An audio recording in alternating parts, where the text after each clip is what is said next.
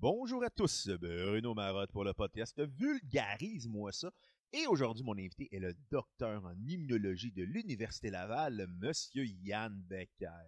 Yann est d'une générosité incroyable durant cet épisode de plus de 2 heures où il nous vulgarise comment le corps humain se défend face aux virus externes qui viennent de l'attaquer.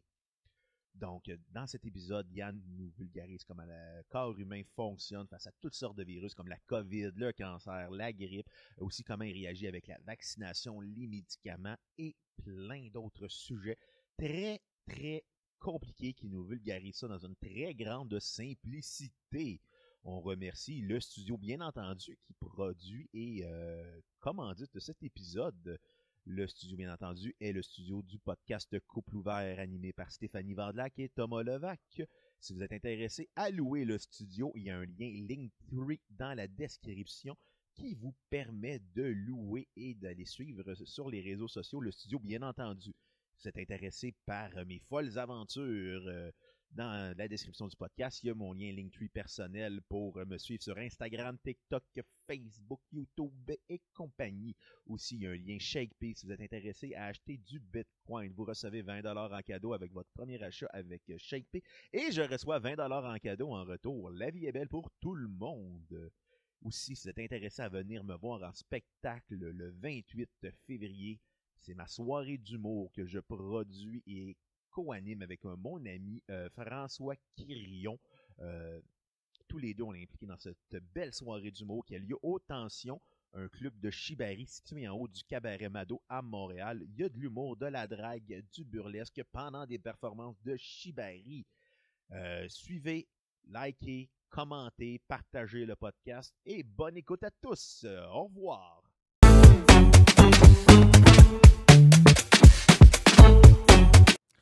Bonjour à tous, bienvenue au podcast Vulgarise-moi ça. Et aujourd'hui, mon invité, Yann Becker, un docteur en immunologie, si je le prononce bien. C'est bien ça, ouais. OK. Donc, qu'est-ce qu'un immunologiste? Parce que quand on s'était parlé à la base, j'ai dit, t'avais étudié en microbiologie, puis tu m'avais dit, non, je suis immunologiste. C'est quoi la différence pour que... Dans le fond, c'est un peu compliqué. L'immunologie, c'est l'étude des défenses du corps. OK. Genre, comment ton corps gère le monde extérieur. Tu as comme ton corps, comment il fonctionne, mais comment il fonctionne, ça peut poser problème si dans le monde extérieur, tu as d'autres organismes, des bactéries, des virus, des microbes. Puis eux, ils veulent juste rentrer dans toi pour se multiplier, et puis vivre, mais ça a tes dépens. Donc, dans ton corps, tu as de quoi pour te défendre. C'est tout le temps un peu la bataille du Rohan, tu vois. Puis dans le fond, la différence, en fait, c'est que souvent, les deux matières, quand tu vas à l'uni, elles sont ensemble. OK. Donc, tu as des programmes de microbio-immuno. Et en fait, si les deux sont ensemble, c'est parce que beaucoup, en fait, c'est interdépendant. C'est-à-dire que l'immunologie, c'est les défenses du corps, mais les défenses du corps ont besoin d'être attaquées pour comprendre ce qui se passe. Ah! Donc, genre, en fait, tout le monde naît avec un système immunitaire, genre, de base, puis qui est capable de se défendre quand on est en santé, quand on est un enfant en santé, mais qui n'est pas habitué à voir le monde extérieur, parce que le monde extérieur, mettons, si on est un enfant du Québec, si on est un enfant de France, ou un enfant du Qatar ou n'importe où, on va pas être nécessairement dans le même environnement, puis avoir genre les mêmes microbes autour de nous. Donc ça, le corps va s'y habituer. Et puis, donc il y a une grosse interaction. Puis parfois, même les microbes, on parle de flore, peuvent nous aider à nous défendre. Donc, les deux sont vraiment ensemble. C'est difficile de les séparer. Donc, après, la microbio, c'est plus l'étude finalement des microbes. OK. Donc, les bactéries, donc ça, c'est plus bactériologie, les virus, donc la virologie, et puis les parasitologie. Puis donc, après tout ça, c'est comment ça mange, et puis comment on fait en sorte que le corps fasse la différence et puis nous défendre correctement contre les affaires. Oh, tant mieux. Fait que ton parcours, tu as commencé à l'université en biologie ou en médecine, en immunologie? Alors en fait, j'ai commencé en France, d'abord en médecine, OK. mais pour des raisons personnelles, finalement, on a un concours en France, donc il n'y a pas de sélection tout de suite à la rentrée. C'est après la première année qu'il y a une sélection. OK. Puis pour des raisons personnelles, ça n'a pas donné que je passe, mais par contre, sur le bord de passer. Donc, ce qui fait que j'ai pu aller en licence, donc c'est notre équivalent du bac en France, en biologie cellulaire et physiologie, donc c'est un des programmes qu'on a. Puis j'ai pu sauter la première année donc de bac. Puis après, donc j'ai fait mon baccalauréat, j'ai fait une première maîtrise en France. Alors là, on va avoir des termes compliqués, mais c'est physiopathologie cellulaire et moléculaire. OK. Puis ça, c'est un gros mot pour dire c'est quoi dans ton corps qui fait que tu es en santé ou que tu es malade. Puis c'est quoi qui peut faire la bascule entre les deux. Je n'étais pas super content de ma première maîtrise. Fait que pendant quelques années, j'ai travaillé, j'ai un peu bougé dans la France, j'ai bougé sur Paris. Moi, je viens de l'Est de la France, de Strasbourg.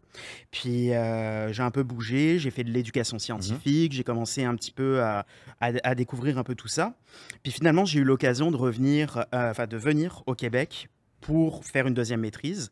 Là, vraiment en immunomicrobio, vraiment avec une spécialité en immunologie, parce que souvent sur les réseaux sociaux et tout, les gens m'appellent justement microbiologiste, mais j'en suis pas un. OK. Vraiment, j'ai quasiment pas de formation en microbiologie. Parce que moi, j'aimais pas ça. La matière, je trouvais ça plate. Puis j'avais des profs plates. Donc, ce qui fait que j'ai vraiment évité ça le plus possible. Moi, je suis parti vraiment sur l'étude de la cellule et l'étude de la cellule en général et après du système immunitaire. Fait que j'ai fait cette maîtrise à l'Université Laval. Puis, j'ai fait un doctorat. Donc là, j'ai changé de programme, mais bon, je faisais la même chose. Dans le fond, j'étais en médecine moléculaire. Et après, j'ai poursuivi un petit peu par un postdoc. Puis là, je continue, je fais de la communication scientifique, à la fois sur les réseaux sociaux, sur Twitch, au travers de plusieurs chaînes, en balado, puis toutes les manières que je trouve de pouvoir m'exprimer. Ah ben tant mieux, ben merci d'être venu pour ça. Plaisir, merci de l'invitation. Oui. Donc, le système immunitaire, qu'est-ce qui fait, mettons, un bon système immunitaire comparé à quelqu'un qui a un mauvais système immunitaire? Il y a plusieurs choses. Ton système immunitaire, il doit réagir. OK. C'est la base. Mais sauf qu'il doit réagir au bon moment, aux bonnes choses. Ah, OK. Donc, mettons, si ton système immunitaire ne réagit pas, tu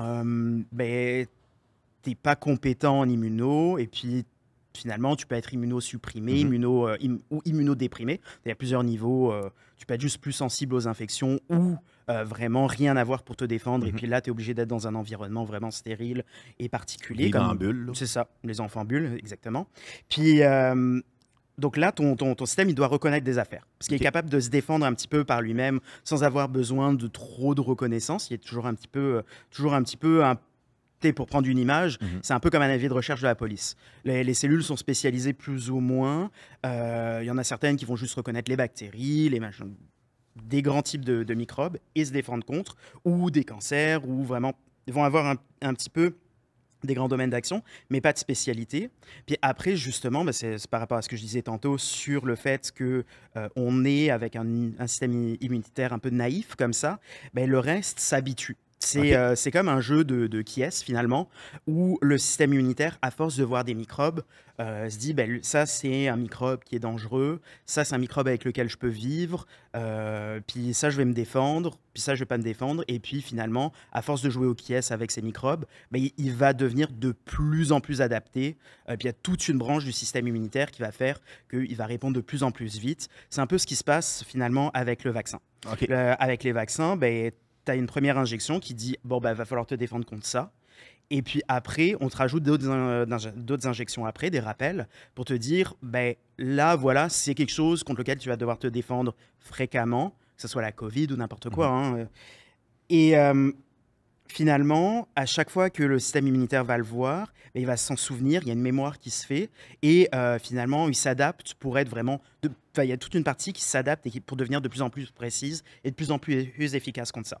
Donc ça, c'est vraiment le côté où un bon système immunitaire reconnaît ce qu'il doit attaquer. Il y a une mémoire cellulaire. C'est ça, il y a une mémoire cellulaire. On a toujours des cellules, finalement, à partir du moment où on se fait son système immunitaire, donc à partir du moment où on est, il y a toujours des cellules qui restent dans le corps. Très peu, on n'arrive même pas à les compter avec des moyens scientifiques, finalement, on a du mal à les suivre. Parce qu'il y en a trop ou parce qu'il y en a pas assez. Il y en a pas assez. Il y en a pas assez, il y en a très peu. Et après, en fait, dès qu'elles ont besoin de se réactiver, dès qu'il y a une nouvelle infection, et puis qu'on a besoin d'elles, elles se remultiplient, puis là, elles réapparaissent. Donc finalement, elles se cachent quelque part dans le corps, dans le système immunitaire, dans les différents organes. Et puis, elles sont toujours là, puis elles veillent. tout se passe bien, puis elles reviennent quand il y a besoin. Puis de l'autre bord, il faut que ton système immunitaire, ben, il réagisse pas trop. OK. Parce que s'il réagit trop ou à des choses qui n'ont pas rapport, ben, quand ça réagit à des affaires qui n'ont pas rapport, qui sont extérieures, mettons le pollen, ben, tu deviens allergique. Oui, Donc ça, c'est pénible. Et parfois, le système immunitaire, il peut se mettre à réagir aux microbes, mais trop. Okay. C'est un des problèmes de la COVID, par exemple. C'est en plus des dégâts que fait le virus, ben, parfois, le système immunitaire s'emballe. Et puis là, finalement, te défend comme trop. Puis au lieu de t'as comme une bataille, je disais un petit peu la bataille du Rohan ou du Gondor, ben, à la fin, ils se battent tellement fort qu'il n'y a plus rien à défendre finalement. Okay. Donc ça marche pas non plus. Quand ils se battent trop fort, ça fait que le corps réagit mal ou dans le fond, il réagit comme de façon négative ou de façon positive? Et il réagit de façon très négative. Okay. Tu as des grosses chutes de tension, tu as vraiment de la fièvre, tu as vraiment plein de troubles comme ça qui font que ton corps est vraiment pas fonctionnel. Okay. Et puis que si tu rentres dans des mécanismes comme ça, pour les médecins, c'est vraiment difficile de te récupérer parce que c'est vraiment, une fois que c'est lancé, ben, on appelle ça une tempête cytokinique. Un terme un peu compliqué, mais qui dit que en fait, ben, tu as comme une tempête de signaux immunitaires qui font que tu es tout croche dans tous les sens, puis ça chie, tu vois. Okay. Puis de l'autre côté aussi, tu as ton système immunitaire, il est toujours dans ton corps, puis il doit faire la différence entre ton corps et puis ce qui n'est pas ton corps. Il y a deux notions comme ça, le soi et le non-soi. Le soi, c'est ton corps. Le non-soi, c'est tout le reste, c'est ça. Et puis après, il y a une notion qui est un peu plus... moins connu, qui est le soi altéré. Ça peut être les cancers ou les cellules infectées. Parce que parfois, ben, quand un microbe rentre dans une cellule, ben, la cellule est un petit peu modifiée, mais le microbe se protège dans une cellule que normalement le système immunitaire n'attaque pas. Mais là, le système immunitaire, ben, s'il reconnaît tes cellules, ben, tu fais ce qui s'appelle de l'auto-immunité. Donc, on peut parler de polyarthrite rhumatoïde, de lupus, mais il y a plein d'autres maladies. Il y a la sclérose en plaques, ou sclérose multiple, vraiment du psoriasis. Il y a vraiment plein d'exemples qui ont tous des mécanismes qui sont assez différents, puis qui sont quand même assez handicapants à plus ou moins haut degré, puis qui sont des maladies assez difficiles à traiter, puis qui se traitent vraiment de façon très individuelle, puis qui peuvent être graves si on les laisse aller, tu vois. OK. Puis tu as parlé de vaccination, c'est une chose qui est très importante dans la société. Là. On va obligé de le mentionner encore en 2024. Ben, c'est ça. Les maladies reviennent, la rubéole, la rougeole. Et puis, quand tu vois le retour de ces maladies-là, est-ce que toi, tu pensais que tu n'étais plus obligé de les étudier ou tu es obligé de retourner dans tes livres et revoir ça? Ben, on est toujours plus ou moins obligé de les étudier parce qu'au bout d'un moment, certaines maladies, c'est des modèles. Ça devient des modèles d'études. Donc, quand on les étudie, ben, on comprend des grands mécanismes qui marchent sur une maladie, mais qui pourraient marcher sur plein d'autres. Puis on n'est jamais à l'abri de toute façon que quelque chose mute, puis qu'un microbe change. C'est pour ça qu'on se vaccine tous les ans contre la grippe. C'est pour ça qu'on a dû se vacciner contre les différents variants de la COVID. Ça fait que parfois, ben, les choses changent de façon subtile, mais de façon assez subtile que dans le qui est-ce que joue le système immunitaire, ben, le système immunitaire est plus capable de les reconnaître correctement. Donc effectivement, on se doute qu'il faille toujours les étudier parce que c'est toujours des maladies qui existent. Il y a très peu de maladies qui n'existent plus, qui disparaissent. Certaines, on les voyait plus chez les humains. Ça revient parfois. La mononucléose, pas la mononucléose, la poliomyélite, qui avait disparu grâce à la vaccination, avec quelques cas. Ça avait, à l'échelle de la population, ça avait disparu. On pouvait toujours avoir une personne isolée dans un pays quelconque ou vraiment loin. Ou même chez les animaux. Ou même chez... Ben, ça, c'était des maladies qui sont uniquement humaines. C'est facile, si on peut vacciner tous les humains dans le meilleur des mondes, ben, une maladie qui ne se transmet pas à l'animal, ben, si elle n'a pas d'humain infecté, elle meurt, elle disparaît. Et après, ben, les maladies qui peuvent se réfugier chez l'animal, ça c'est un problème parce qu'elles disparaissent quand tu soignes les humains. Mais si tu ne fais pas attention, ben, elles risquent de revenir. Parce que les animaux, ben, dans la nature, on n'est pas capable de tous aller les vacciner. On est capable, encore une fois, c'est le même problème qu'avec les humains, de vacciner nos animaux de compagnie. Encore faut-il que les propriétaires veuillent le faire. Puis ça, c'est un problème aussi de santé publique, plus, ça c'est plus le problème du MAPAC que de la santé publique, mais ça reste de la santé publique, tu vois. Puis, Et puis, effectivement, ben, ça peut arriver que des maladies reviennent comme ça, ben, soit parce qu'elles étaient stockées dans les animaux, ou qu'elles sont passées comme la grippe aviaire, comme probablement la Covid qu'on pensait passer par le pangolin ou La des chauve-souris. chauves-souris, ouais. Ou Ebola, par Mhm. exemple, qui passe beaucoup par les chauves-souris, même plus dans nos pays à nous, la rage qui Ouais. peut passer assez facilement, soit par des chauves-souris, soit par des ratons laveurs, des choses comme ça. Euh, donc, c'est vraiment des problématiques auxquelles il faut faire attention. OK. Je vais retourner encore sur les vaccins. Oui. Est-ce que les vaccins évoluent ou sont toujours comme, mettons, le vaccin pour la rougeole, c'est toujours la même recette ou ou ils se perfectionnent par décennies ou quoi? Bah alors en Les vaccins général, de base ouais. là, pour qu'on donne aux enfants? En général, ceux qu'on a, de ce que j'en sais, ils sont quand même assez fiables. Puis ils ont fait leurs preuves jusqu'à maintenant. OK. Donc, tant qu'il n'y a pas. De Oui, mutation. c'est ça. Il y a toujours un suivi. De toute façon, tu sais, c'est un truc qu'on entendait beaucoup dans la sphère hésitante, Mhm. vaccinale ou un petit peu. J'ai pas envie de dire conspirationniste parce que c'est mettre un grand parapluie à un terme qui est pas, tu sais, qui est pas nécessairement bon. C'est pas tous les gens qui ont peur des vaccins qui sont des conspirationnistes, tu vois. Mais, il y a toujours un suivi. Une fois que OK. la maladie, enfin, une fois qu'un vaccin ou qu'un produit de santé est mis sur le marché, ben, pendant des années, si ce n'est toujours finalement, ben, il y a des études médicales qui se font, il y a des suivis qui se font pour voir justement ben, si le médicament, et puis médicament ça peut aller du Tylenol jusqu'au vaccin, hein, n'importe lequel, pour voir s'il est toujours efficace, si ça répond toujours à des besoins, si on peut l'utiliser dans d'autres Mhm. domaines. Par exemple, on avait notre grand docteur français Didier Raoult Oui. qui On ne avait, le salue pas. c'est ça, qui a essayé de prôner l'hydroxychloroquine, qui est un médicament que moi je connais bien parce que j'ai fait mes études sur le OK. lupus.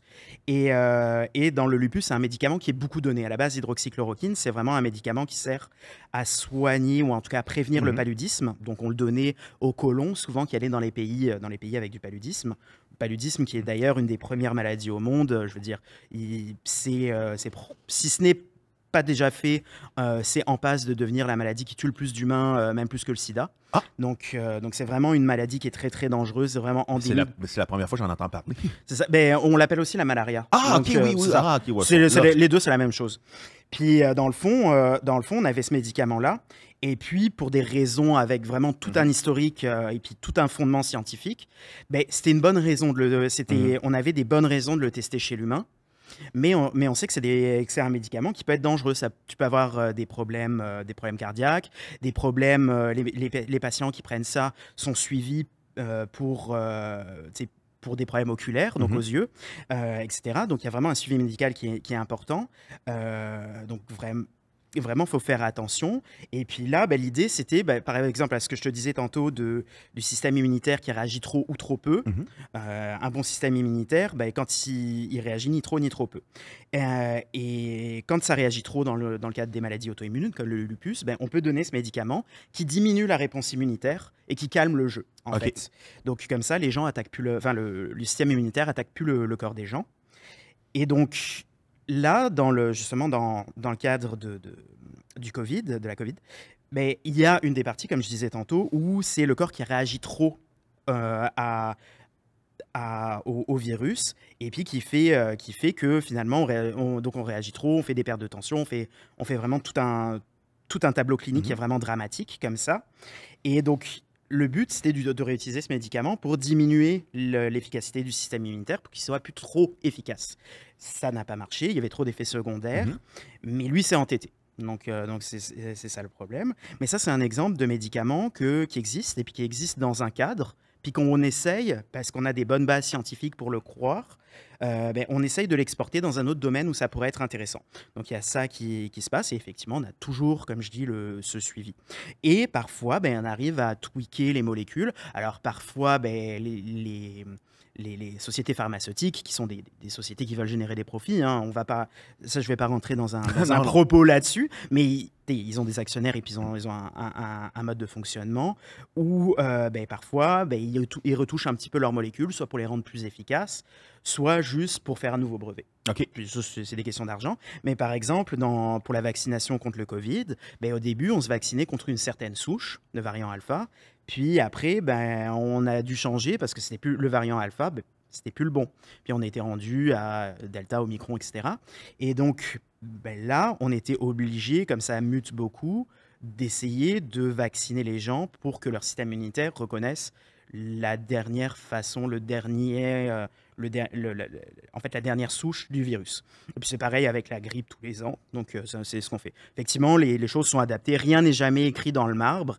Et puis c'est aussi quelque chose, on l'entendait beaucoup dans les sphères par rapport à l'hésitation vaccinale, où un des grands, ça on arrive presque, encore une fois, je veux pas trop mettre ce terme sur les gens, mais mais il y avait une forme de complotisme un peu comme ça, où il y avait un argument qui disait que l'OMS ou n'importe quoi, donc L'Organisation mondiale de la santé. Exactement, avait changé la définition des vaccins. Sauf que un vaccin, ben, en fait, c'est une technique. Et puis, c'est souvent, les gens utilisaient une définition d'un dictionnaire de français, finalement, qui donne une définition sémantique, mais qui ne donne pas une définition technique.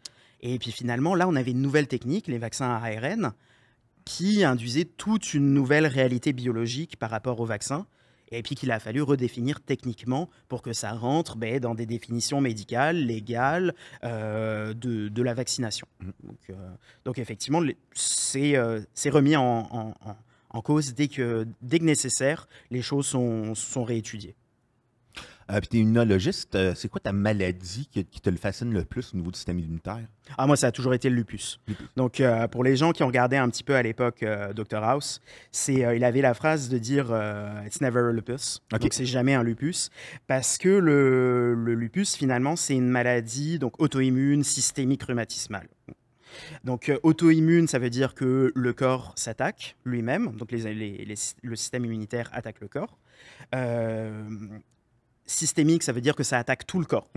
On peut aussi bien être touché au niveau du cerveau que de la peau, que des reins, vraiment plein d'organes. Et puis, c'est très variable d'une personne à l'autre, avec des personnes qui auront presque pas besoin de médication et puis qui pourront vivre correctement, et puis des personnes qui vont être critiques et qui auront besoin de grosses doses, voire des enfants, alors que c'est plutôt une maladie qui apparaît chez la femme en âge de procréer, finalement. Donc, il y a vraiment des grosses différences. Et en fait, moi, mes premiers cours, quand j'ai commencé à avoir mon immunologie 101, on disait, ouais, mais là le lupus, dans le lupus, les cellules du corps reconnaissent le noyau. Le noyau, c'est comme la bibliothèque centrale de la cellule. Quasiment toutes les cellules, à part quelques exceptions, je ne rentrerai pas dans le détail, ont un noyau. Puis le noyau, ça code pour tout ce que fait la cellule, et puis ça explique, c'est vraiment la grande bibliothèque. C'est comme une grande bibliothèque avec plein de livres de Ricardo qui t'expliquent comment la cellule doit faire sa cuisine. Puis la cellule sort son petit ossobuco le meilleur, et puis regarde la recette, puis fait ses affaires, et puis ça marche. Sauf que là, les cellules attaquaient ça, ce qui est anormal dans le sens où c'est vraiment la base du fonctionnement de la cellule. Puis ça m'a fasciné. Ça m'a vraiment fasciné. Puis je comprenais intellectuellement que les cellules pouvaient s'attaquer, mais c'est quoi qui mène à ça? C'est quoi qui fait que la cellule décide à un moment de t'attaquer plutôt qu'autre chose? Puis ça a été le déclencheur. Puis comme je disais, par rapport à ce que je trouvais fascinant aussi, c'était que c'était une maladie. En fait, le petit nom de cette maladie, c'est la maladie aux 1000 visages. C'est parce que, en fait, il y a quasiment autant de lupus qu'il y a de patients avec le lupus. Les gens l'expriment de façon très intime, c'est vraiment très différent d'une personne à l'autre. Puis souvent, c'est très difficile à diagnostiquer. Comme une maladie orpheline ou dans ce style-là? Faudrait que je vois exactement les critères des maladies orphelines, je dois dire, parce que je pense que c'est à partir d'un certain nombre de patients. Il y en a un peu plus pour être... Je pense que c'est au-dessus des critères. Maintenant, je ne voudrais pas dire de bêtises par rapport à ça, mais c'est quand même pas une maladie qui est très, très fréquente. Mettons au Canada, c'est un Canadien tous les 2000 personnes. Une personne toutes les 2000 Canadiens ont le lupus. C'est un petit peu différent pour le monde. C'est un petit peu moins. Donc, il y a des facteurs, par exemple, qui font qu'ici, il y a quelque chose qui fait que les gens peuvent en avoir plus. Et puis, c'est une maladie qui touche... en fait, il y a vraiment un biais de sexe. Je ne parle pas de genre, là, je parle vraiment de sexe génétique. y a, pour chaque homme qui est touché, il y a 9 femmes qui sont malades. Oh, Donc, ok, c'est ça. C'est 90% de femmes pour 10% d'hommes. Donc, vraiment, et puis on ne comprend pas pourquoi. Donc, toutes ces affaires-là, ça m'a passionné. Et puis après, moi, je suis venu ici, j'avais postulé là-dessus, puis j'étais super content d'être pris. Puis moi, un autre truc qui m'intéressait vraiment, c'était une petite bout de la cellule qui s'appelle la mitochondrie. Puis tout le monde a entendu The mitochondrion is the powerhouse of the cell. Donc la mitochondrie, c'est la centrale électrique de la cellule. OK. Puis alors, en effet, c'est ça. Ça fait pas d'électricité, mais ça fait une forme d'énergie qui est utilisable par la cellule. Et ça m'a fasciné parce que quand j'étais un flow, j'avais 10 ans, ben, il y a un jeu vidéo qui est sorti sur PlayStation 1 à l'époque, c'était Parasite Eve. OK. 2, parce qu'on n'a pas eu le 1 en France. Puis dans ce jeu-là, c'est la mitochondrie qui se rebelle, qui prend le contrôle de la cellule, et puis qui crée des monstres et puis des trucs comme ça. En vrai, ça n'arrive pas, et puis c'est quand même sur des bases scientifiques, parce que à la base, c'est un roman d'horreur qui a été écrit par un chercheur japonais, qui est vraiment spécialisé dans la mitochondrie. Et effectivement, la mitochondrie, à la base, ben, quand je te disais que le corps, normalement, le système immunitaire nous défend contre les agents extérieurs, ben, il y a 1 milliard d'années, ben, la mitochondrie, c'était une bactérie qui rentrait dans une cellule. Puis les deux sont entendus parce que, comme des colocataires qui s'entendent bien, genre un fait le ménage, l'autre fait la vaisselle, puis les deux sont rentrés en symbiose, ça fonctionnait bien. Les cellules ont pu évoluer de façon à ce qu'elles puissent respirer, en fait, qu'elles puissent utiliser l'oxygène de l'air.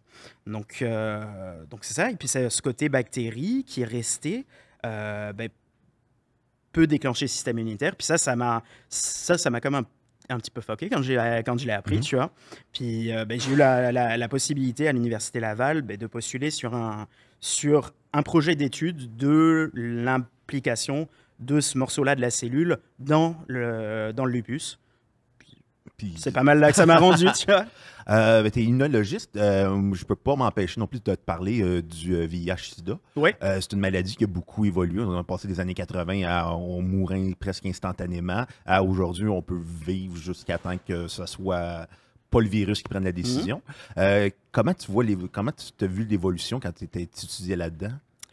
Mais il y a la médication, mais est-ce que c'est parce que le virus avait arrêté d'évoluer ou c'est parce qu'on avait commencé à avoir plus de découvertes scientifiques? Ben, le virus, c'est un type de virus qui évolue toujours beaucoup, okay, et puis dont le but, c'est vraiment de faire de l'évitement immunitaire. Donc lui, son but, c'est activement de se cacher dans le corps, puis de faire en sorte que le système immunitaire ne le détecte pas. Puis d'ailleurs, un de ses modes d'action, c'est de tuer un type de cellules qui sont comme, ben, si je reprends un peu ma métaphore du système immunitaire, c'est une armée qui te défend contre les invasions.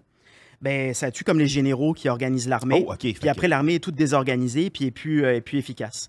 Donc, en fait, ça tue les lymphocytes T.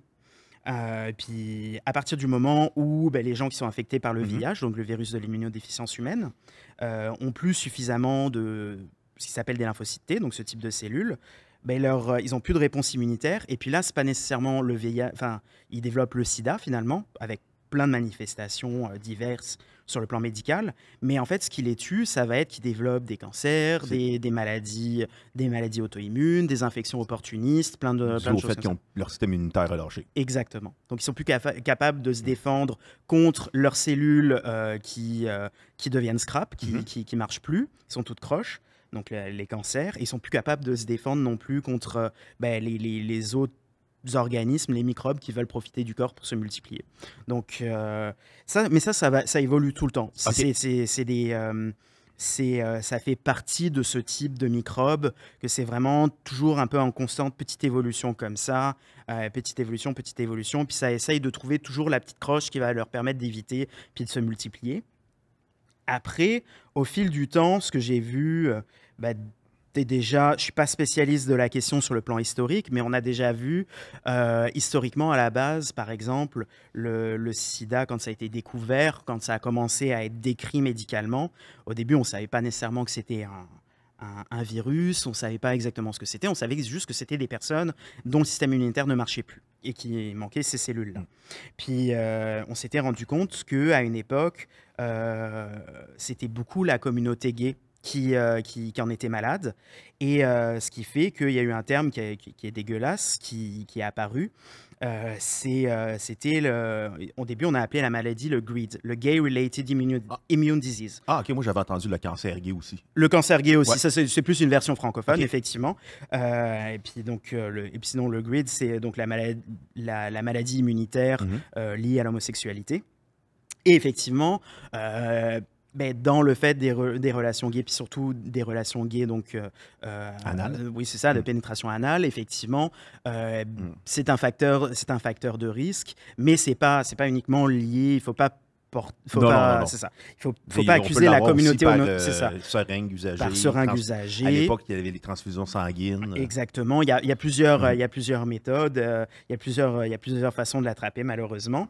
Et puis donc, mais petit à petit, justement, quand c'est sorti de cette sphère-là, qui était quand même vraiment beaucoup, finalement, taxée et puis hypothéquée par l'homophobie de l'époque, quand il a commencé à avoir un petit peu d'autres personnes qui avaient la maladie, il me semble qu'il y avait un basketteur, je pense que c'est Magic Johnson. Oui, celui est encore vivant. C'est ça. Donc, c'est des gens qui, finalement, par leur statut de célébrité, arrivent à faire avancer la cause, bon an, mal an, de ces maladies. Donc, déjà, ça permet quand même de mettre de sensibiliser les gens à la maladie. Okay. Puis en sensibilisant et en comprenant mieux la maladie, avec l'avancée de la recherche, on comprend comment elle se transmet.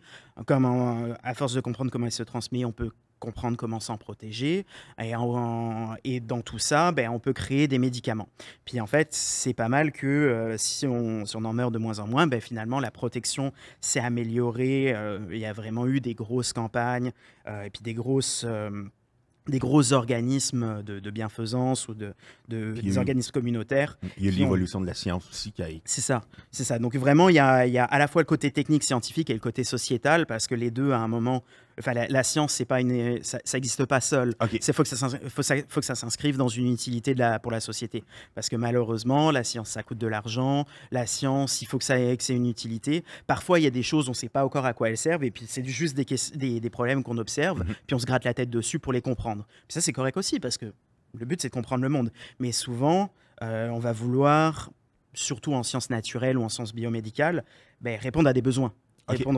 Mieux diagnostiquer le monde, faire en sorte qu'ils vivent plus longtemps et en meilleure santé, parce que vivre plus longtemps mais être scrap, avoir des douleurs, puis vivre mal, c'est pas très correct. recommandé. Non, c'est ça, c'est pas correct non plus, non. Tu vois. C'est une forme d'acharnement thérapeutique. Donc avec plein de questions comme ça, qu'est-ce qu'on fait, comment on le fait, aussi comment on mène nos recherches, parce qu'il y a des questions éthiques aussi. Donc ça vraiment, ça s'inscrit dans la société. Parce qu'à un moment, l'objectif, c'est que ça serve à l'humanité, à l'environnement, à plein de choses. Et donc là, justement, cette interaction entre le communautaire et la science a permis justement que d'un côté, les gens se protègent mieux, que d'un côté, on arrive mieux, pas à les guérir, mais à les soigner. Donc, on va faire en sorte que, avec les trithérapies, l'avancée donc des médicaments, on puisse soigner... peut-être pas guérir leur maladie, donc on n'a pas de méthode curative et on n'est pas rendu au vaccin. Pas encore. Mais c'est ça, pas encore. Mais il y a des pistes et puis ça avance doucement. Mais au moins, on est capable de freiner la progression du virus et de faire en sorte que la personne soit protégée ou en tout cas vive au mieux pendant longtemps. Puis au mieux, c'est que finalement les effets secondaires des traitements soient moins impactants et puis moins forts que le fait de vivre sans ces traitements et puis de laisser aller la maladie. Puis on voit ce que ça donne, toujours dans les sphères de l'hésitation médicale. Quand on regarde la dernière saison du balado du pharmacien, oui. dont le nom m'échappe. Olivier Bernard. Non, c'est le nom de son balado. Dérive. Dérive, oui. Ouais. Exactement. Et quand on regarde la dernière saison de Dérive, il présente le cas de Guylaine Lanctot, qui est une médecin du Québec, qui est vite tombée dans Le L'un citoyennisme souverain. Oui, c'est ça. Citoyen souverain, dans la médecine New Age, il n'y a pas de maladie, on pourrait vivre autant qu'on veut, tant qu'on en a la volonté, et puis tant qu'on fait ce qu'il faut, et puis qu'on est une Puis qu'on jument ait des ailée, produits naturels. ouais, et puis qu'on ait des produits naturels. Puis ça, de proche en proche, c'est des idées qui sont répandues notamment au travers de tout ce groupe-là qui gravite autour, par exemple la chanteuse Amélie Paul, et puis de tout ce monde-là. Le regretté Bernard Lachance. Et c'est là où je m'en allais, justement. Tout ce groupe de personnes a réussi à convaincre, justement, le regretté Bernard Lachance d'arrêter ses traitements. Et puis, justement, quand on voit tous les documentaires, toutes les choses qui ont été suivies, je dis ça avec la plus grande des empathies envers la funeste destinée de Bernard Lachance, mais il est mort comme un chien. Ouais. Il est mort mort gravement malade. Il est mort gravement malade. Il est mort. Il a envoyé il y a des messages qui sont sortis. Il était terrorisé. Il a vraiment une mort qu'on n'en vit pas. Donc, et puis ça, c'est le problème de la désinformation médicale, surtout quand elle est portée par des médecins ou des anciens médecins, vu que Guylaine Lanctot a été radiée de l'Ordre des médecins du Québec. C'est ça.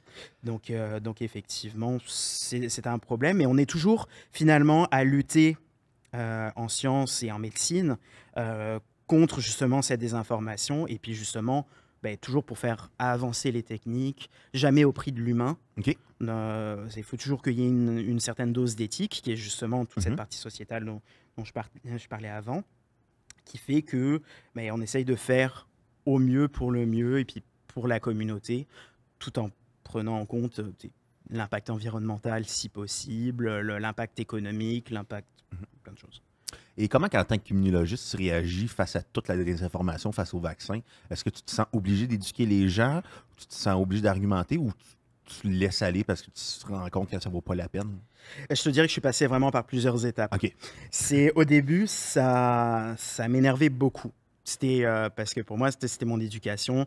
Je viens d'une famille qui est quand même relativement éduquée, avec beaucoup de membres de différents métiers de la médecine, c'est ça, infirmiers, médecins, etc. Et au début, ça m'énervait beaucoup. Je trouvais vraiment, je vais dire ça poliment, je trouvais qu'au mieux les gens étaient nonos de penser, de croire à des affaires, puis à pas faire confiance en des affaires qui ont fait leurs preuves, comme la science. Mais ça a été une première étape. Ça a été une étape où j'étais, par exemple, sur les réseaux sociaux, bien avant la pandémie, mais on parle quand même au-delà de 2015 à la pandémie, où je pouvais être assez rude avec le monde sur les réseaux sociaux, jusqu'au moment où finalement, à force de voir un petit peu tous les communicateurs scientifiques ou les gens qui gravitent autour, c'est Tommy Godette, par exemple, de l'organisme Douteux, plein de monde, le pharmacien, Walmart Justin Trudeau aussi à l'époque, plein Docteur TikTok. Doc TikTok, effectivement. Puis ça, toute cette sphère de la communication scientifique, finalement, j'ai appris que les gens, ils n'étaient pas plus cons que d'autres. On peut pas tout le monde qui est dans l'hésitation est pas idiot. Ils sont pas tous sous-éduqués. Ils sont pas tous en échec par rapport à éducatif ou à la science ou à la société. Il y a des gourous ou des personnes qui se font la pièce sur leur crédulité et qui les maintiennent dans l'ignorance. Il y a des gens qui ont peur pour certaines raisons, parce qu'un proche était malade, parce qu'ils ont vu des choses, puis parce qu'ils ont des opinions qui sont biaisées. Il y a des gens qui sont marginalisés par rapport à certains aspects de la société et de la science. Il y a des croyances religieuses, il y a des croyances de société. Il y a plein d'éléments qui rendent ça beaucoup plus compliqué et qui font que des gens très intelligents, Didier Raoult, c'est pas un idiot. C'est quelqu'un de très éduqué, c'est quelqu'un, il a bien des défauts, mais il sait quand même ce qu'il raconte en microbiologie, justement, vu que c'est un médecin microbiologiste. Un certain médecin, un certain chercheur de l'université Laval, Patrick Provost, avec qui j'ai travaillé, il était deux bureaux plus loin que moi quand j'étais en doctorat et en maîtrise. C'est une personne très intelligente, très intelligente. Mais à un moment, il y a une débarque idéologique qui fait que on se met des œillères, on se met dans des croyances, on se renforce, on se met dans des chambres à écho où finalement on n'entend plus que notre opinion parce qu'on sélectionne les personnes avec qui on parle et on exclut toute opinion discordante. Ça, on le fait tous, hein, plus ou moins, mais les personnes les plus désinformées ont tendance à faire ça davantage. Et ça amène vraiment à ce que possiblement on ait des gens très intelligents qui tombent dans cette désinformation-là. Donc c'est vraiment pas dépendant du niveau d'études, pas du niveau de réflexion, pas dépendant de rien du tout. OK. C'est des croyances. Ça peut être un accident. On n'est jamais loin de tomber dans une croyance. Et puis chacun de nous, on a des croyances. De se dire que se brosser les dents à un moment plutôt qu'à un autre, ben, ça va prévenir les caries. Ben, se brosser les dents, ça prévient les caries. C'est une bonne hygiène bucco-dentaire, mais le faire 10 minutes plus tard, ça va pas changer la vie. Se lever du pied gauche ou du pied droit, ça va pas changer la journée. L'horoscope, ça va. Mais c'est des croyances qu'on peut avoir, puis qui peuvent avoir. Alors là, j'ai donné quelques exemples qui sont pas nécessairement qui n'ont pas d'influence tant que ça sur le réel, mais qui pour certaines peuvent avoir une importance. Tu vois, se brosser les dents, effectivement, c'est important, mais le moment exact où on le fait, pas nécessairement. Avec bien sûr, je veux pas froisser les dentistes ou tout le monde de la dentisterie qui pourrait nous écouter. Donc vraiment, Ils vont avoir une dent contre toi. Fait que... ouais, exactement. Ben, ou plusieurs. Mais donc là, je peux dire une bêtise parce que je sors un petit peu de mon domaine de compétences. C'est plus pour l'exemple que je le dis. Mais c'est ça. Et puis, donc, quand on a des croyances, on peut se renfermer dedans. Puis effectivement, ça peut être un problème. Donc, une fois que j'ai appris un petit peu, enfin, que j'ai réalisé ça finalement, puis que j'ai discuté avec du monde, un petit peu qui était désinformé, mais de façon un petit peu plus ouverte, des gens un petit peu plus modérés aussi. Parce que c'est facile de voir les gens les plus extrêmes. Oui, Toujours facile. C'est les plus vocaux aussi d'ailleurs. Ben, c'est ça. C'est toujours ceux, que la cause soit positive ou négative, c'est toujours ceux qui font du mal à la cause parce que parfois, ben, ça manque de nuances. Même si la cause est bonne, parfois, ça peut être compliqué. Donc là, à force de discuter un petit peu avec du monde, ben, je me suis rendu compte qu'il y a des manières qui marchent mieux que d'autres.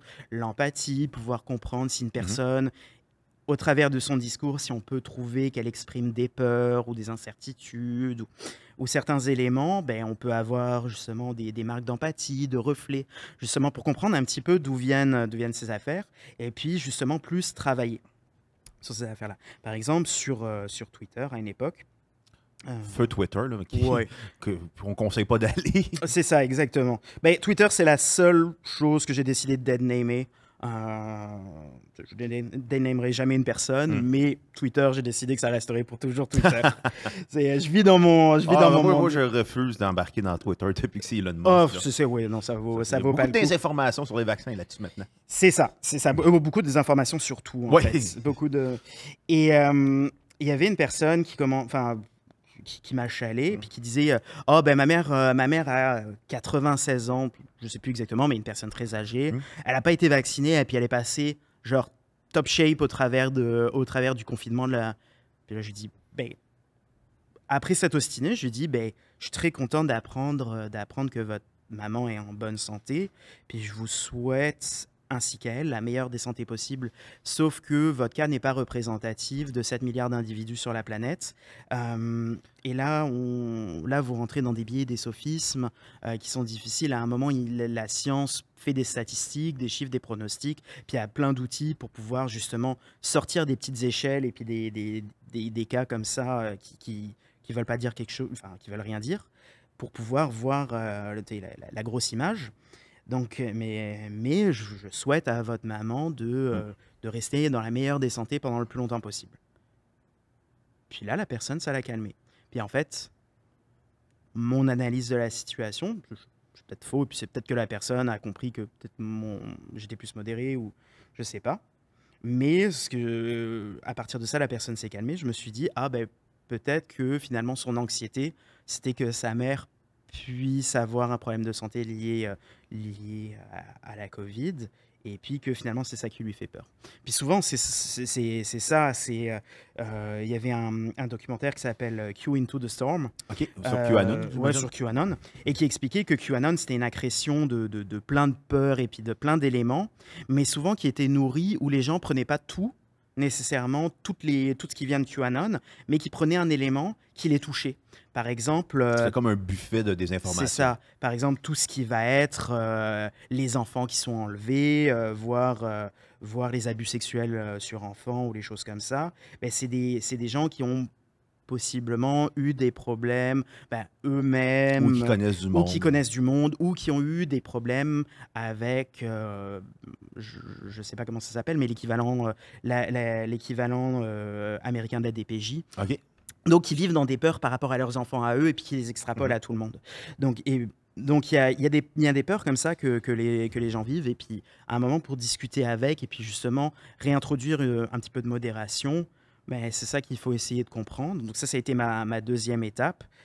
Et après, j'ai eu la chance, justement, au travers de Tommy Godet, de pouvoir...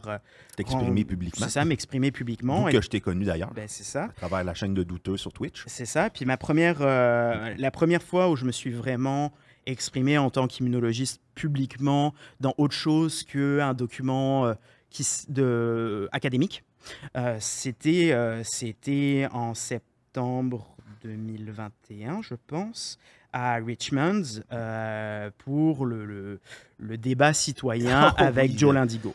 Que j'ai regardé et c'était digne de la WWE. Ah, c'était... oui. C'était ça. On avait le passage au début où il achale le monde, c'est le bon lutteur, le méchant lutteur. On craquait la foule. Il y avait la foule qui était de notre bord, il y avait la foule qui était de son bord. Puis ça se toisait, ça se regardait. Parfois ça s'invectivait. Puis ça, c'était toute une affaire jusqu'au moment où... il s'est mis à crier. C'est ça, il s'est mis à crier, puis là, c'était plus récupérable.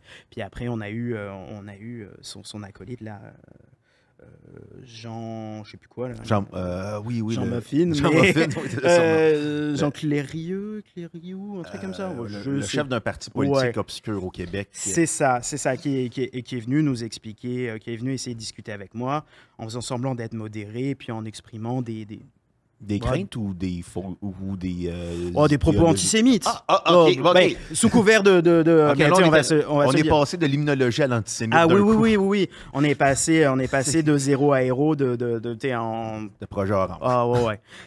Non, le chien était fucké solide sur cette affaire, tu vois. Donc, à un moment, on ne sait pas comment on est venu. D'un coup, ça parlait du gaz moutarde, d'un coup, ça parlait d'Israël. On n'était même pas à l'époque dans le. On n'était pas encore dans le conflit israélo-palestinien actuel. Dans le revival, si je puis dire. Le nombreux des revivals. C'est ça, malheureusement. Et effectivement, ça sortait de nulle part, mais comme toujours, on retrouve toujours le complot judéo-maçonnique et puis ces affaires-là dans ce genre de discours politique teinté toujours d'idées un petit peu préconçues, puis qui viennent du grand domaine de la désinformation. Et donc, à partir de ça, c'était un peu ma deuxième étape, vraiment comprendre et puis essayer de discuter avec le monde. Après, j'ai beaucoup discuté, je me suis beaucoup maintenu à jour, mais je suis pas virologue, je suis pas vaccinologue non plus, même si effectivement moi un petit peu ma spécialité c'est comment on développe des anticorps, mais moi mon contexte c'est comment on développe des anticorps qui réagissent contre toi-même dans le cadre de l'auto-immunité. C'est pas tout à fait la même chose, mais c'est des connaissances qui s'exportent très bien, mais c'est plus tout à fait mon domaine de compétences. Donc c'est un petit peu compliqué.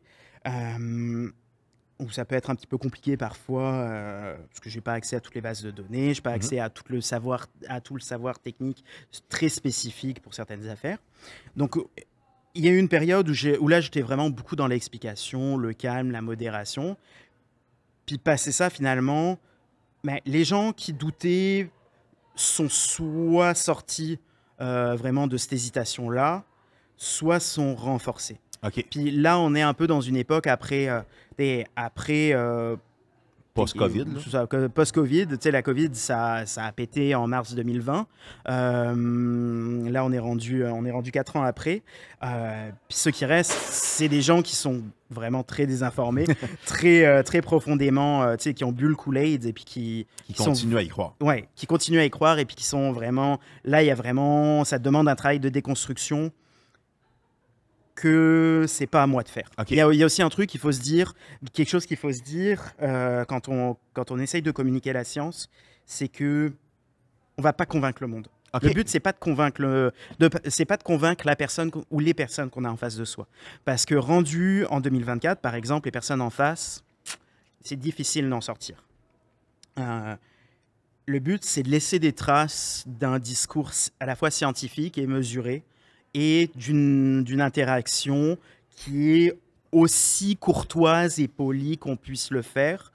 Mais à un moment, on n'est pas non plus là pour se faire insulter, on n'est pas non plus là pour se faire menacer. Je veux dire, moi j'ai du monde qui ont essayé de contacter mon chercheur sur les réseaux sociaux. Il y a régulièrement du monde dans notre grande sphère de communication scientifique élargie, des pressions qui sont faites, voire des menaces, quoi. Ouais. Combien de fois, encore pour le citer encore une fois, combien de fois Tommy Godette s'est fait accuser de tout et de rien sur les réseaux sociaux sur aucune base. Est-ce que toi aussi, tu te faisais accuser de tout et de rien parce que tu prenais position pour la science, ou ça s'est jamais rendu jusque-là? Alors, j'ai jamais eu... par rapport à Tommy Godette, les gens faisaient de la diffamation en l'accusant de crimes, okay. de choses ou de délits. Moi, personne ne m'a, à ma connaissance, aussi loin que je me souvienne, accusé d'un quelconque délit. Mais par contre, dès que je commence à discuter, je suis vendu à Big Pharma, j'ai des conflits d'intérêts, je suis désinformé. On retourne assez vite l'affaire. Je suis sataniste, je suis franc-maçon, je suis... T'es français. Ouais, mais c'était plus maintenant là, à cause des élections. Oui. Ben, tu sais, ça, je fais pas exprès. Ouais. Je faisais ça depuis la naissance. Mais c'est ça, l'accusation est vite faite, okay. Et puis l'affaire, c'est après de tenir aussi ces accusations, de se faire dire, là, vous avez des conflits d'intérêts. Si je vous dis non, vous allez continuer à dire que oui. Maintenant, je vous dis, s'il y en a, ok, que je sois puni ou que j'ai la rétribution que la société ou ma profession ou quoi que ce soit organise dans ce cadre-là. Mais à ce moment-là, allez le prouver. Ça, c'est plus dur. Ouais. C'est quoi vos preuves? C'est quoi vos... Alors après, je pourrais très bien cacher mon jeu aussi. Ouais. Hein, je pourrais être un tout croche et puis personne ne le sait. Et puis... mais à partir du moment où on demande de le prouver, là, il y a... Silence. Puis là, ça devient vite une insulte à Dominem, et puis on devient vite ordurier, quoi. Donc après, il y a cette étape suivante où pour résumer un peu, on découvre que il y a des limites. Il y a des limites. Et puis moi, au début, je bloquais personne. J'ignorais juste. Au bout d'un moment, j'ignorais et je prévenais les gens. Écoutez, là, on tourne en rond. Écoutez, là, je suis pas là pour me faire insulter. Si vous n'êtes pas capable de dire autre chose, c'est que votre discours a ses limites et puis que je vais pas nourrir votre discours pour perdre davantage mon temps et me faire insulter. C'est gratuit. Si vous voulez discuter de façon courtoise, la porte est ouverte. Mais bon, au bout d'un moment, ça marche pas. Ça marche pas parce qu'il y a des gens qui suivent, il y a tout un aéropage comme ça de désinformés qui vont activement chercher les employeurs, et puis aller... puis ça encore, je m'en défends. Moi, je n'ai jamais parlé au nom de mes employeurs. Non. C'est toujours mes opinions à moi que j'exprime, que j'essaye d'exprimer avec le plus de nuances possible.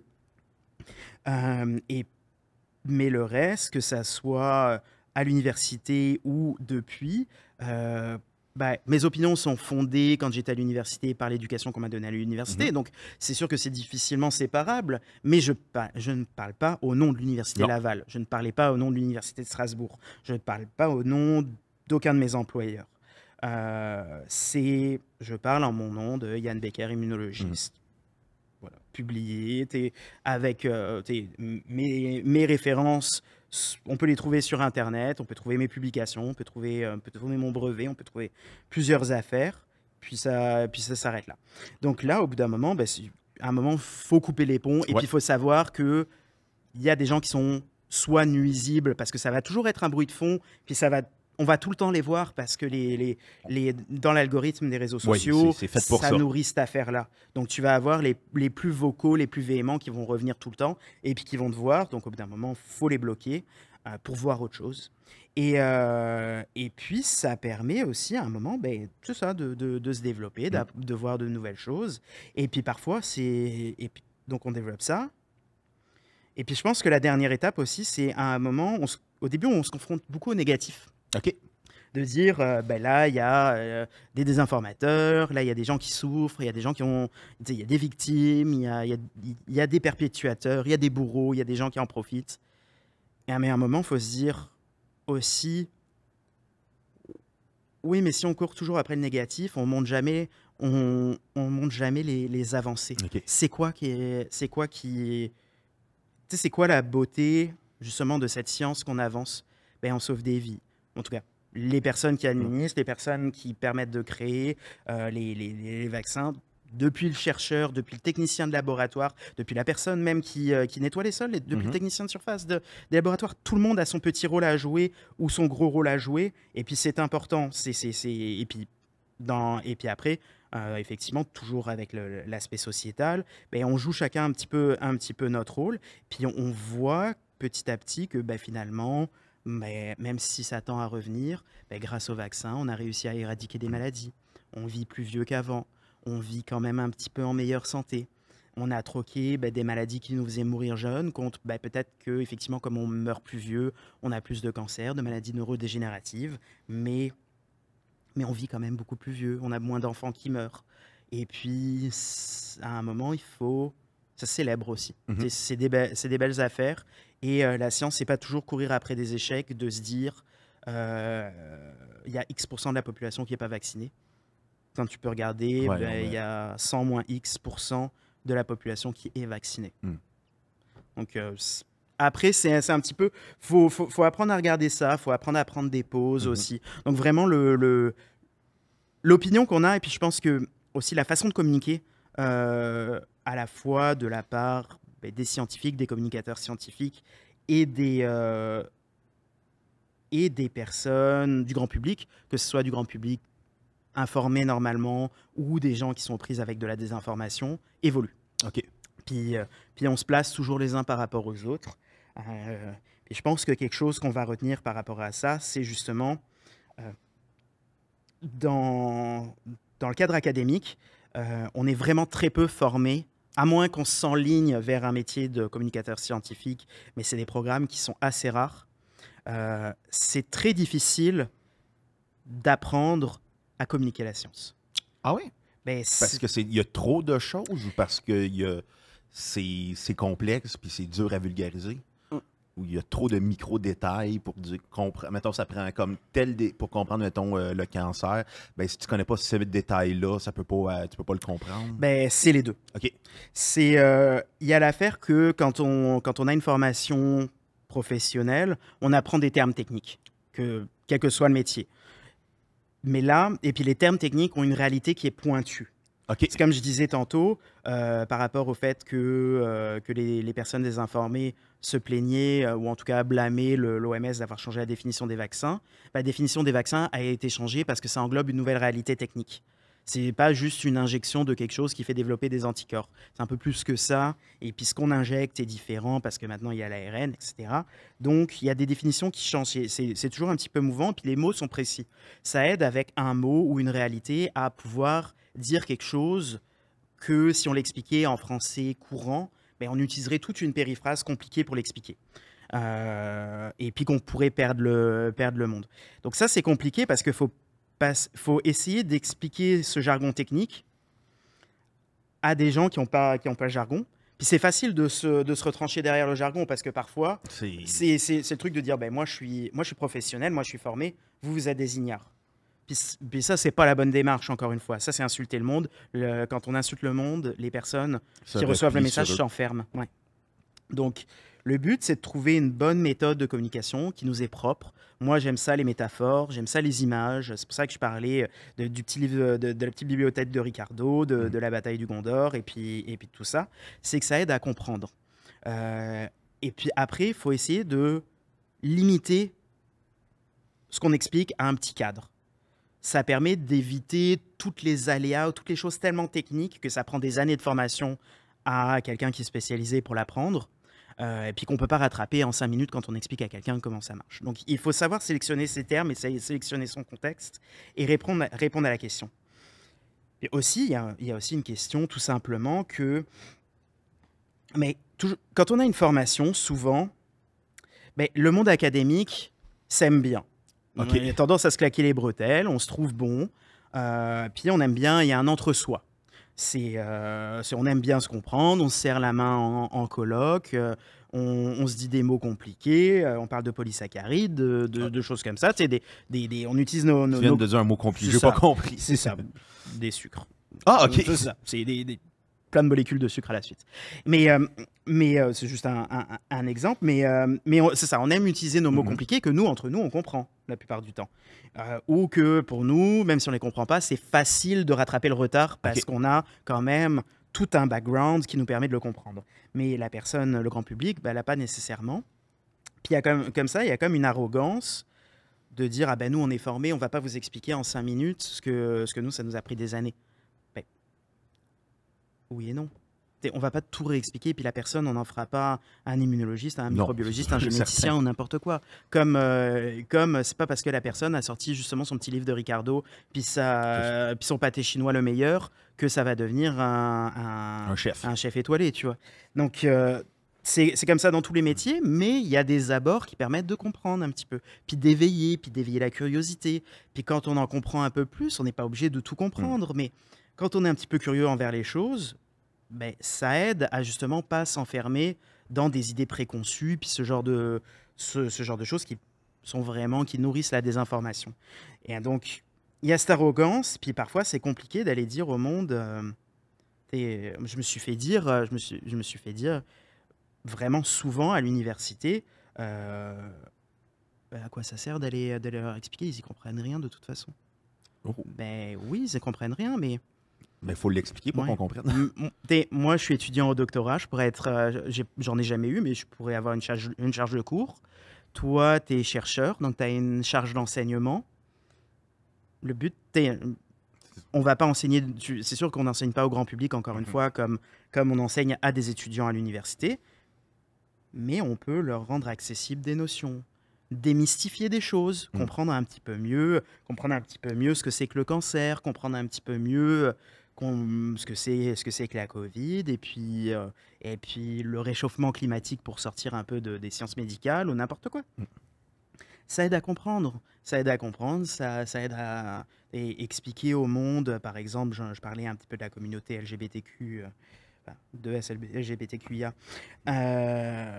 par rapport au sida, mais expliquer au monde, par exemple, qu'il y a tout un spectre de plein de choses différentes qui peuvent être de nature biologique jusqu'à sociétale, jusqu'à personnelle, jusqu'à des facteurs qu'on ne maîtrise pas, qui font toute la différence entre le sexe au point de vue génétique et puis l'expression du genre de la personne. Mais ça, il faut pouvoir l'expliquer, il faut savoir l'expliquer, puis il ne faut pas le dire avec arrogance et puis avec violence. Et ça, c'est compliqué aussi, il ne faut pas se vexer quand la personne ne comprend pas. Parce que parfois, quand la personne ne comprend pas, elle y met de la mauvaise foi. Mais souvent, quand la personne ne comprend pas, c'est qu'on n'explique pas bien. Et puis, c'est toujours ça, c'est recommencer 1000 fois, expliquer les mêmes choses, et puis à apprendre à être un petit peu meilleur à chaque fois, et puis à apprendre à communiquer. Puis comme ça, on n'a pas tant d'explications, on n'a pas tant d'apprentissage à la communication publique. On apprend à présenter à des colloques spécialisés, à présenter nos données, mais c'est tout un monde qui est très différent. Parce que là, je peux parler de chiffres, je peux parler de données statistiques, je peux utiliser mon mot compliqué d'avant, Tu n'es de pas obligé de polysaccharide. vulgariser. Je suis pas obligé de vulgariser. Je suis juste obligé de mettre un petit peu de contexte pour Mhm. expliquer, par exemple, à des rhumatologues en quoi mon immunologie permet de mieux comprendre leurs maladies rhumatismales des patients qui doivent traiter. Donc, mais ça se fait. Et puis ça, c'est pas toujours le cas, mais il y a une bienveillance professionnelle, on essaye de se comprendre. Mhm. Alors que parfois, effectivement, quand on sort et quand on est dans le grand public, parfois on se fait voir soit comme le savant fou, la personne ou le Joe connaissant parce qu'on sait tout, puis qu'on a des réponses à beaucoup de choses, mais parce qu'on les a étudiées, on a passé du temps, mais c'est pas parce que la personne n'a pas étudié que elle sait rien. Encore une fois, je dis n'importe quel métier, c'est pas parce que mon mécanicien va me demander ce que c'est qu'un vaccin et que je vais lui expliquer qu'il est idiot, qu'il sait rien. Et je veux dire, s'il m'explique ce que c'est que le carburateur dans mon auto, j'en saurais un peu plus, mais je serais pas capable de changer le filtre. Puis après, il y a cette arrogance, après il y a l'arrogance de tous les bords, on sait pas tout. Puis on peut communiquer, puis on peut s'apprendre mutuellement, s'apprendre à communiquer, s'apprendre à s'éveiller à la science. Et puis, c'est pas parce qu'on est capable de lire une publication qu'on comprend l'anglais ou qu'on comprend les mots, qu'on comprend le sens des choses. Et c'est pas parce qu'on est capable de les exprimer, ces mêmes mots, à la fois pour les scientifiques, à la fois avec du jargon technique ou du jargon vulgaire, mais vulgaire dans le sens grand public, qu'on est capable de faire passer le message et d'être clair. Donc, vraiment, c'est effectivement, c'est toujours un entre-deux, une interaction. Puis ça prend 2 mains tendues pour serrer la main. OK. Donc, c'est toujours ça. Puis c'est ça la communication scientifique, dans le fond. Je voulais savoir aussi, c'est quoi l'organe du corps humain qui te fascine le plus pour l'immunologie? Parce que je sais qu'il y en a beaucoup qui se régénèrent comme le foie. Ouais. Mais c'est lequel, mettons, qui te fascine le plus dans tous les organes qu'on a? Je te répondrai avec un type d'organe, plutôt, Okay. ou un type de tissu. Ah, ben oui. Les muqueuses. OK. Les muqueuses, donc tout ce qui est rose, les trous du nez, les trous des oreilles, le rouge des yeux, et puis l'intérieur de la bouche, puis le péteux, et puis tout ça. La muqueuse vaginale, le gland, tout ça. Parce que c'est justement une zone d'entrée puis d'interaction avec le corps. C'est parce que la première défense du corps, c'est pas des cellules... Enfin, c'est pas des cellules qui activement se défendent et puis font la guerre. Nos premières défenses, c'est la sueur, la salive, les larmes, la peau. On le vit en ce moment avec la sueur. Vraiment. La canicule. Vraiment. Et c'est des défenses mécaniques. Ça empêche que les choses rentrent. Dans ma métaphore de la bataille du Gondor de tantôt, c'est les murs de la citadelle. Tant que ça tient, on ne peut pas rentrer. S'il y a des douves, on a du mal à rentrer. S'il y a de l'eau dans les douves, il va falloir nager au travers pour pouvoir se rendre. Ça, c'est le corps a des défenses similaires. Mais les muqueuses, elles ont aussi un petit peu ces défenses. Mais c'est comme des endroits d'interaction. C'est comme on a toute notre flore intestinale, notre flore vaginale, notre flore de tout partout, qui fait que c'est des microbes. Puis c'est parfois certains, si on n'est pas en bonne santé, peuvent se multiplier puis nous infecter puis nous rendre malades. Par exemple, je dirais par exemple les candidoses vaginales ou les choses comme ça. C'est des changements effectivement des microbes qui vivent dans la flore vaginale, mais qui peuvent être partout ailleurs, dans la bouche, partout. Et donc il y a comme un contrôle et puis une interaction comme ça qui est vraiment compliquée.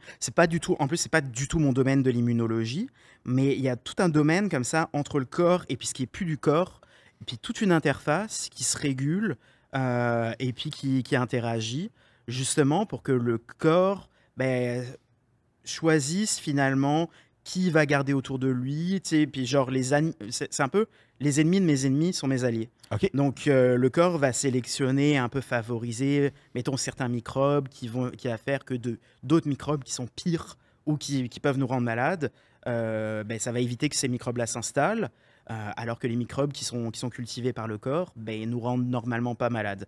Tu vois, il y a comme toute une culture interaction. bactériologique dans notre corps. C'est ça. Puis, on a plus de bactéries, on a plus de microbes dans notre corps qu'on a de cellules à nous, finalement. Okay. C'est vraiment super important. Puis c'est tout un monde, tout le monde du microbiote, qui est en pleine expansion, en pleine explosion dans la science, parce qu'on l'a découvert récemment, que c'est très compliqué. Pour l'instant, il y a tellement de trucs à apprendre que on sort plein de choses et que pour l'instant, il y a plein de savoirs nouveaux, mais qu'on ne sait pas nécessairement toujours comment l'utiliser, puis dans quel contexte c'est pertinent. Mais il y a un foisonnement de recherche par rapport justement à cette interaction entre le monde extérieur et le corps qui est fascinant. OK. Puis aussi, je m'en voudrais aussi parce que je pense qu'une des maladies, de ne pas poser la question, mais comment ça fonctionne le cancer? Parce qu'il y a quand même la maladie la maladie immune la plus répandue, je pense. Auto-immune? Le cancer, c'est pas nécessairement, c'est même pas vraiment auto-immun en fait. Okay. Le cancer, c'est en fait dans notre corps, une cellule en général, ça se divise. Ça se divise jusqu'à ce que ça puisse plus. Et puis, ce qui marque un coup d'arrêt, c'est en général un certain nombre de facteurs biologiques qui disent à la cellule d'arrêter de se diviser. Et puis, par exemple dans notre sang, il y a plein de facteurs qui font que on a toujours le même nombre de cellules. Parfois, il y a des cellules qui meurent parce qu'il faut les remplacer. Elles ont vécu leur vie, donc elles sont sorties du corps. Mais pour qu'il y ait toujours un nombre de cellules fonctionnelles, il y a des nouvelles cellules qui se créent à partir de la moelle des os pour garder un équilibre comme ça. Et puis c'est pareil un peu partout. C'est par exemple notre foie, ça peut se régénérer. Quand on se coupe, la peau se régénère. Donc il y a des facteurs comme ça qui disent quand il y a une blessure ou quand il y a un manque, il faut se multiplier ou arrêter. Puis le cancer, c'est les cellules perdent cette capacité à comprendre le moment où elles doivent s'arrêter. Puis au début, en fait, elles se multiplient. Se multiplient. Puis elles font, quand c'est solide, donc quand c'est un organe, on va éviter les cancers du sang ou de la lymphe comme les lymphomes, les myélomes et ce genre d'affaires. Mais mettons un cancer du foie, les cellules se multiplient, font une boule. Ça, c'est une tumeur. Pas nécessairement cancéreux. C'est juste une boule, c'est une tumeur. Enfin, ça peut être un état précancéreux. Et puis plus elles se divisent, plus les cellules deviennent anormales. Elles deviennent toutes croches. Puis au bout d'un moment, elles sont suffisamment toutes croches pour, par exemple, normalement les cellules, elles collent, à part dans le sang. Et puis même là encore, il y aurait des nuances à apporter. Mais mettons dans le foie, les cellules, normalement, elles collent les unes aux autres. Elles font une boule parce que le foie, ça donne une forme et puis c'est un organe défini. Mais au bout d'un moment, à force de devenir toute croche et puis de se diviser, de devenir aberrantes comme ça, les cellules, elles perdent leur capacité à se coller les unes aux autres. Puis elles partent. Elles partent dans le sang, dans la lymphe, en fait, dans tous les liquides qui peuvent circuler dans le corps. Puis là, elles peuvent partir et se pogner dans un autre organe. OK. Ou s'ils n'ont pas d'affaires. C'est ça. Et puis, en fait, donc, à l'étape où on a une grosse boule, c'est une tumeur. Ça peut être cancéreux ou non. Par exemple, il peut y avoir des tumeurs, je sais pas, du sein qui sont pas cancéreuses. Il peut y avoir des grosses prostates chez les hommes qui sont pas cancéreuses. Mais ça peut être cancéreux aussi. Ça, il y a des critères médicaux quand on peut regarder les cellules au microscope, en fait, et puis voir à quel point elles sont scrap, en fait, à quel point elles sont croches. Et après, il y a et puis cette évolution, en fait, des cellules et puis de la tumeur, ça s'appelle la progression tumorale. Puis quand les cellules perdent en fait leur capacité à coller les unes aux autres et puis vont se pogner ailleurs, là, elles deviennent invasives et puis là, ça fait des métastases. Finalement, ce que le cancer fait, c'est que soit ça nuit au fonctionnement du corps de la personne parce que les cellules sont plus capables de remplir leurs fonctions. Par exemple, pour les cancers du sang, les cellules immunitaires, il y en aura trop ou pas assez, ou elles seront immatures, ou elles seront pas correctes, elles seront toutes croches. Donc la personne pourra pas avoir une réponse immunitaire correcte, va avoir un sang qui va pas être correct, qui pourra pas couler dans ses vaisseaux non plus correctement. Ou alors, par exemple, quand ça fait une boule, par exemple dans l'exemple du foie tantôt, ça va boucher ou ça va peser sur les organes à côté, puis ça peut faire des manifestations. Et par exemple, je pense à quelqu'un à un proche qui avait un cancer du pancréas. Puis son cancer du pancréas est allé vers le foie, puis vers l'œsophage, donc le tube digestif. Et puis en fait, les cellules ont tellement scrappé son tube digestif qu'il a saigné dans son estomac, puis il a fait une hémorragie, il en est mort. Donc c'est ce genre de choses que peut faire le cancer. Mais sauf que le cancer, il y en a aussi, c'est quelque chose qui est très intime. Les gens ne vont pas avoir la même évolution de leurs cellules, puis elles ne deviennent pas scrap de la même façon. C'est unique à tout le monde. C'est ça. Il y a des facteurs de risque qu'on va pouvoir retrouver au sens de la population. La cigarette. Oui, la cigarette. Des facteurs génétiques aussi. Par exemple les gens, les personnes qui ont une augmentation de l'expression du gène HER2, ça peut donner un risque augmenté de plusieurs cancers, dont principalement le cancer du sein. Il me semble, je ne suis plus tout à fait sûr, mais que c'était la mutation, par exemple, génétique qu'avait Angelina Jolie, qui l'a amené à faire une double mastectomie préventive. Oui, sa mère était décédée du cancer du sein. C'est ça. On peut avoir tout un ensemble, effectivement, d'éléments comme ça, qui peuvent être prédictifs. Et puis donc, qui peuvent mener à ça. C'est pour ça que c'est vraiment important de... déjà, quand on a... ça, c'est un message, je pense, d'utilité générale que je vais passer. Mais si vous avez des manifestations, ou si vous avez quelque chose dans votre corps qui est anormal, qui vous tracasse, c'est sûr c'est un fait établi que le système de santé au Québec est assez limite. C'est ça, assez limite. Mais il y a la possibilité, au travers des CLSC, du 8 à 1, des urgences aussi.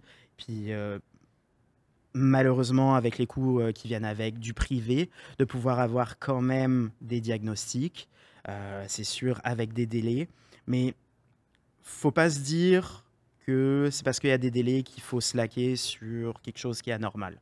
Parce que c'est ça qui peut faire la différence. Un cancer pris tôt, c'est un cancer qui a beaucoup plus de chances de se soigner qu'un cancer qui est pris tard. Je tenais à préciser aussi que au Québec, on a plusieurs programmes comme ça de dépistage. Principalement en ce moment, ce qui s'appelle le PQDCS, le programme québécois de dépistage du cancer du sein,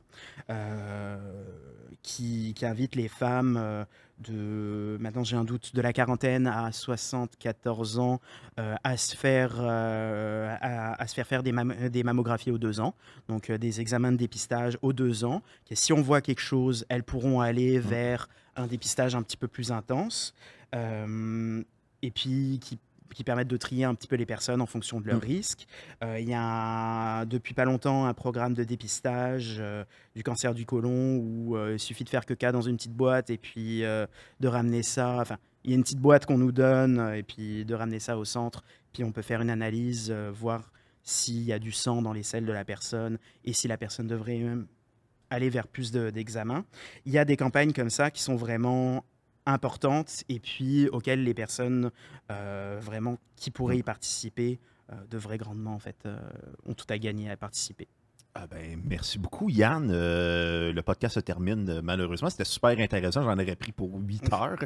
Mais malheureusement, on a des temps. Et oui. C'est mieux un podcast d'1 heure que de 8 heures. C'est ça. Donc, Yann Becker, merci beaucoup. On remercie Julien Dion à la console. On remercie Stéphanie Vandelac et Thomas Levac du studio, bien entendu. Si vous les réservez, vous pouvez les contacter en ligne ou sur le site Internet du studio, bien entendu. C'est super beau, super agréable.